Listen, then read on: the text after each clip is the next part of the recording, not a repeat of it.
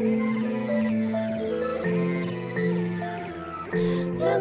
we're gonna have a funky time.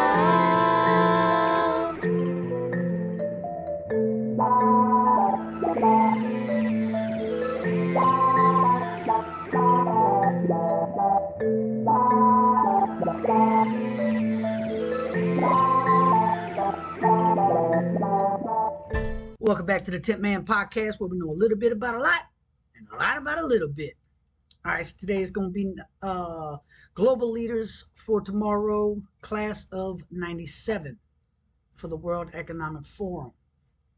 If you've been following the videos, then you'll know on the right side, all the red are going to be the ones that don't have documentation on it. You can always go and do individual searches on these people. We're only going to focus on the ones that Wikispooks has up and ready with the documentation and connections and some of their dealings, so to speak. So if you want to take a look at some of these, you can. This is only going to be 10 out of 99 of the members who already have pages. But you can go down and if you see any names that you know of personally, by all means, do a deep dive on them and expose their bullshit. So we're going to focus on these 10. It'll probably be a quick video unless we go a little deeper on some of these people. But other than that, let's get into it. We have first up Felipe Calderon. Felipe Calderon is a Mexican politician who was the 63rd president of Mexico from 2006 to 2012 and Secretary of Energy during the presidency of Vicente Fox. Between 2003 and 2004, he was a member of the National Action Party for 30 years before quitting the party in 2018.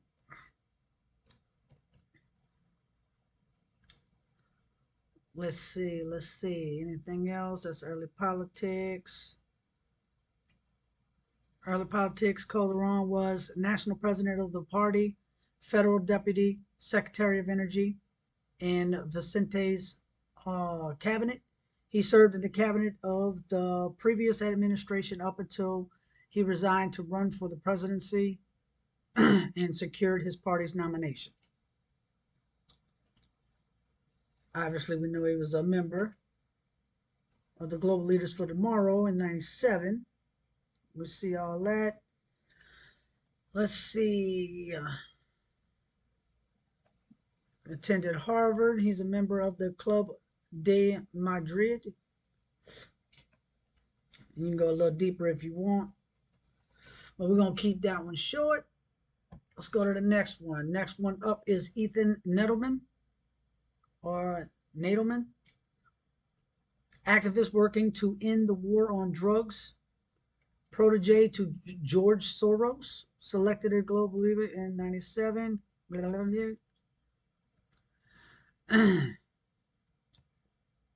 So yeah, protege of George Soros, already a red flag for me right off the rip.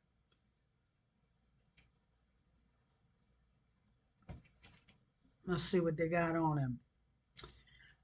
Ethan Nedelman is a founder of the Drug Policy Alliance, a New York City-based nonprofit organization working to end the war on drugs, described by Rolling Stone as the driving force of legalization of marijuana in America. Nedelman is known for the high-profile critic and commentator on U.S. and international drug control policies, while noticeably not touching on the deep networks controlling the international drug trade. He was selected the GLT in 97. All his policy initiatives have to a large extent been sponsored by the George Soros and the Open Society Foundations. Yeah, that's automatic red flag for me. Right off the rip.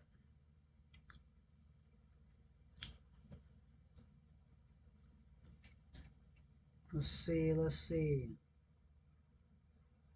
I'll read a little bit about his career, I guess. Yeah, we could do that. While he was at Princeton, Nadelman lectured and wrote extensively on drug policy, attracting considerable attention with his articles in such periodicals as Science, Foreign Affairs, American Heritage, and National Review. He also formed the Princeton Working Group on the Future of Drug Use and Alternatives to Drug Prohibition.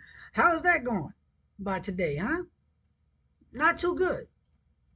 Not so good, especially if you're looking at San Francisco, Philadelphia, uh, so many other cities, Portland, so many other cities.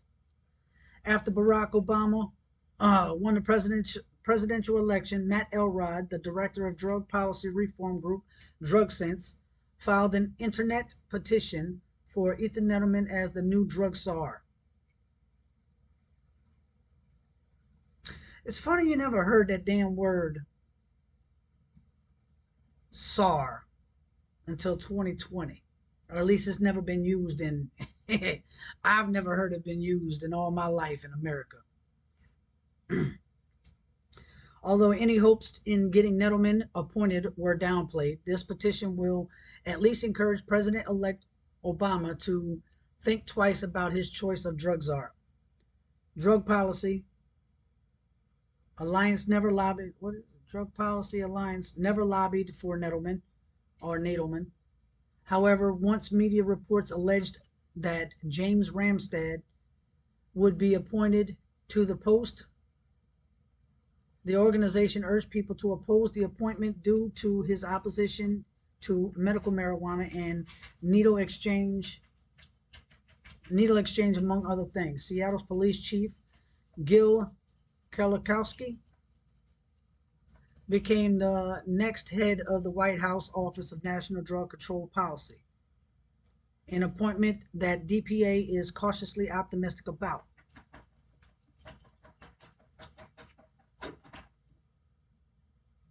Let's see. Damn dog keeps scratching. Let's go to the next one. Jay Naidoo. Jay Naidoo is a South African politician and businessman who was the founding general secretary of the Congress of South Africa Trades Unions. From 1985 to 1993, he then served as minister responsible for the Reconstruction and Development Program in the first post-apartheid cabinet of President Nelson Mandela, 94 to 96, and as Minister of Post, Telecommunications, and Broadcasting. Naidoo was the member of the NEC of the African National Congress. He was the forefront in the struggle against apartheid, leading in the largest trade union federation in South Africa. Oh, girl. He was, I guess we already know, he was elected in 97 to be a global leader for tomorrow. Early life, he was born in 1954, enrolled in University of Durban, Westville, to study a Bachelor of Science degree in pursuance of the medical career in 1975 to be medical doctor, interrupted by political turmoil and at the time because student uprisings. You mean a cultural revolution? Yeah, we see that happen all over the place. All right, so that's going to be it. That was a quick one. Let's go to the next one. Vladimir Putin, Russian businessman and 10th richest person in the world. Is a Russian businessman and politician. He acquired his wealth notably through the controversial loans for shares program in Russia in the early to mid 1990s, when the country's national fortune was looted. You mean kind of what's happening in the U.S. now? Oligarchs taking over, trying to milk us for what we got. Yeah. Being the creator of the program, as deputy prime minister, he secured himself its most lucrative part, the mining complex Norilsk Nickel. He is the second wealthiest man in Russia and the 10th richest man in the world, with an estimated net worth of 87 billion. His long-term business partner was Mikhail Prokhorov, Prokhorov, until they decided to split in 2007. Subsequently, they put their mutual assets in a holding company, Folatina Trading, until their asset division was agreed upon. As part of an effort to integrate the new Russian rulers, he was selected as a Global Leaders for Tomorrow. In 1997, he is on the Global Board of Advisors of the MIT. He is on the Global Board of Advisors of the MIT U.S. think tank, Council on Foreign Relations. He's a part of the Bill Gates billionaire network, The Giving Pledge. There you go. Let's look further into that one if anybody wants to do a deep dive on that. I would actually like to note that. Let's see, The Giving Pledge.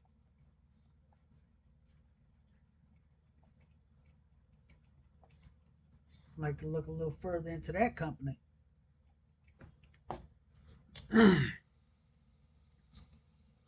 Alright, so we're going to go on to the next one here. Next one here is Kenneth Roth. Kenneth Roth. Maybe some of you know him, some of you don't. I don't know him. So, we're going to check this out. He is a U.S. lawyer, American attorney who has been the executive director of the NGO Human Rights Watch since 1993, formerly a non-governmental organization, but in reality a part of the U.S. government. Yeah. Sheesh. Prior to the starting of Human Rights Watch in 1987, Roth worked private practice as a litigator and served as a federal prosecutor for the U.S. Attorney's Office in Southern District of New York and the Iran-Contra investigation. During his early years for his work for the human rights industry, Roth focused on the U.S. effort around the declaration of martial law in Poland in 1981. Fun fact, huh? Roth joined Human Rights Watch in 1987 as deputy director. Under Roth's leadership, Human Rights has grown eightfold in size and vastly expanded its reach. It now operates in more than 80 countries.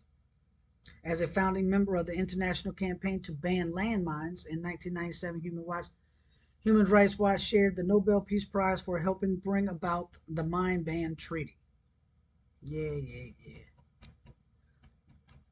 Globalist cuck has been around for a while here. Dipping his finger in the cookie jar, huh, Kenneth? Let's see. Eric Schmidt, a U.S. billionaire who works for Alphabet, aka Google. 1997 GLT member with numerous other deep political connections. Let's see. He went to Princeton and the University of California, Berkeley.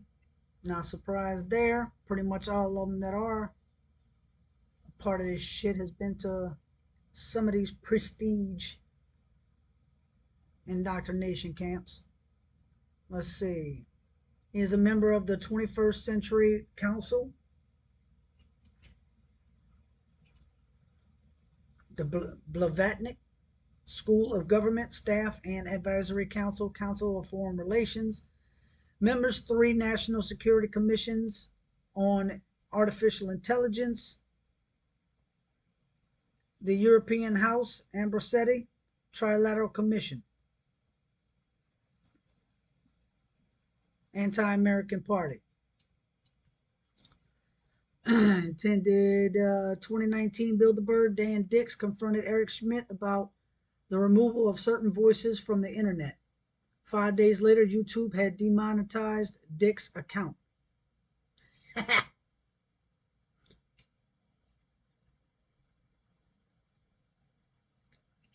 Transcript of secret meeting between Julian Assange and Google CEO Eric Schmidt.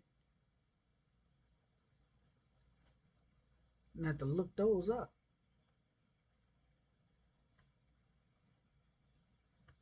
I have to check that out. All right, let's continue our research. Here we go. We got Marina Silva. Marina Silva, Brazil's Minister of Environment and Climate Change in 2022. Notice they ain't got no picture on this bitch ass, huh?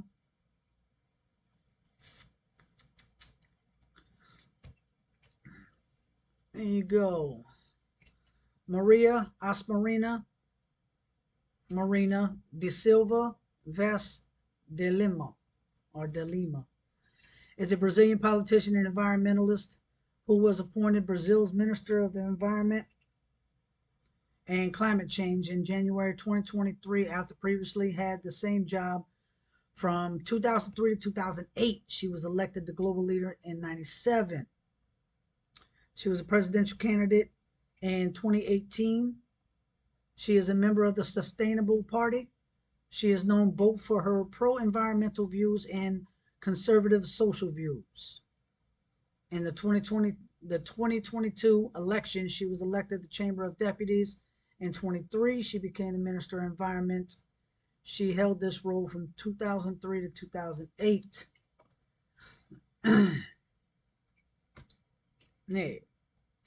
She is also a globalist cuck,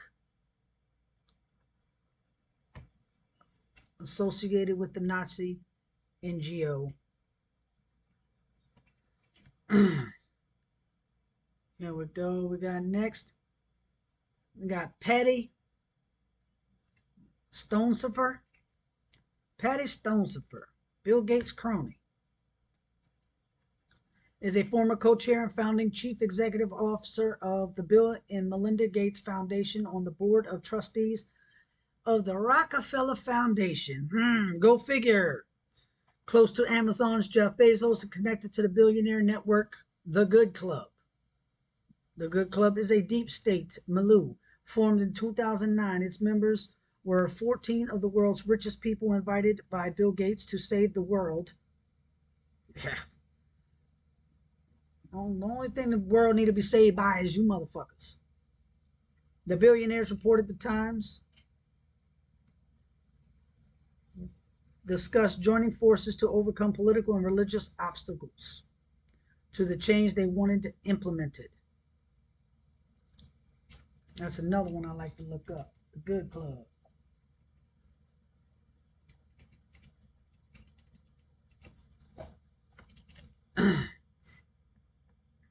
This right here already give me red flags immediately. Rockefeller Foundation, yes. Because people think it's mainly the World Economic Forum, and it's not. It's just the most prominent right now. They are basically taking up the baton of what the Rockefeller Foundation wanted to do. You got Lockstep, you got Clever Together. That's what they're putting together right now. With all this bullshit these globalists want. Is clever together. Hack attack will be happening next, I believe, in my own opinion.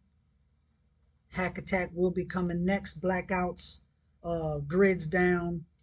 Yeah, they want the chaos, and once they ensue the chaos, they're basically going to have people begging for the new system that they're going to put in, whether it be economic or social changes. Social changes not so much because people are pushing back the financial part of it.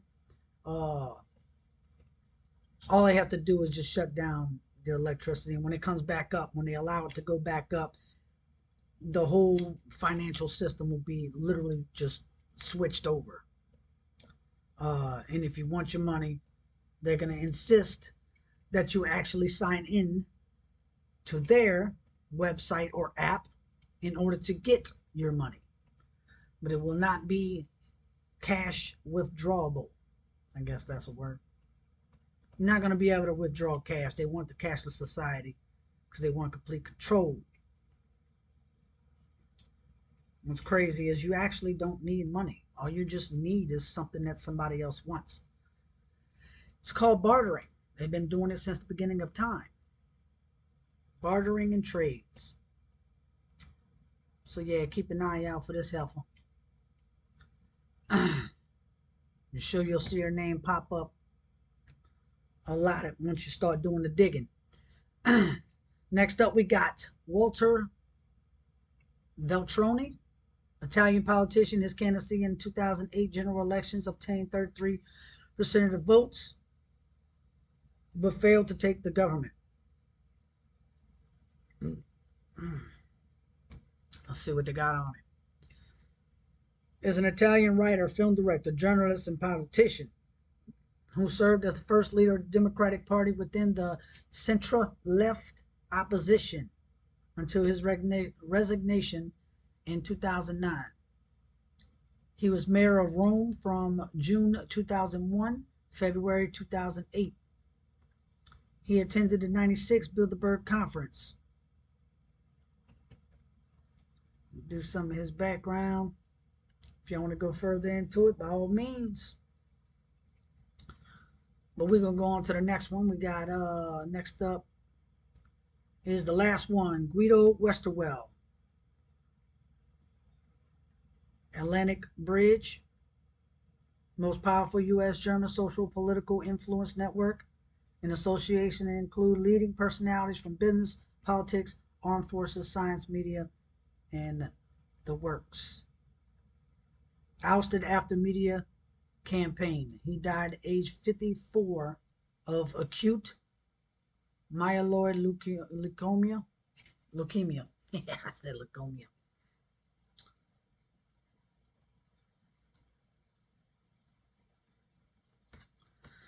So that'll be it for the class of 97. If you see any more names on here and y'all want to do a little bit deeper dive, by all means. I don't see any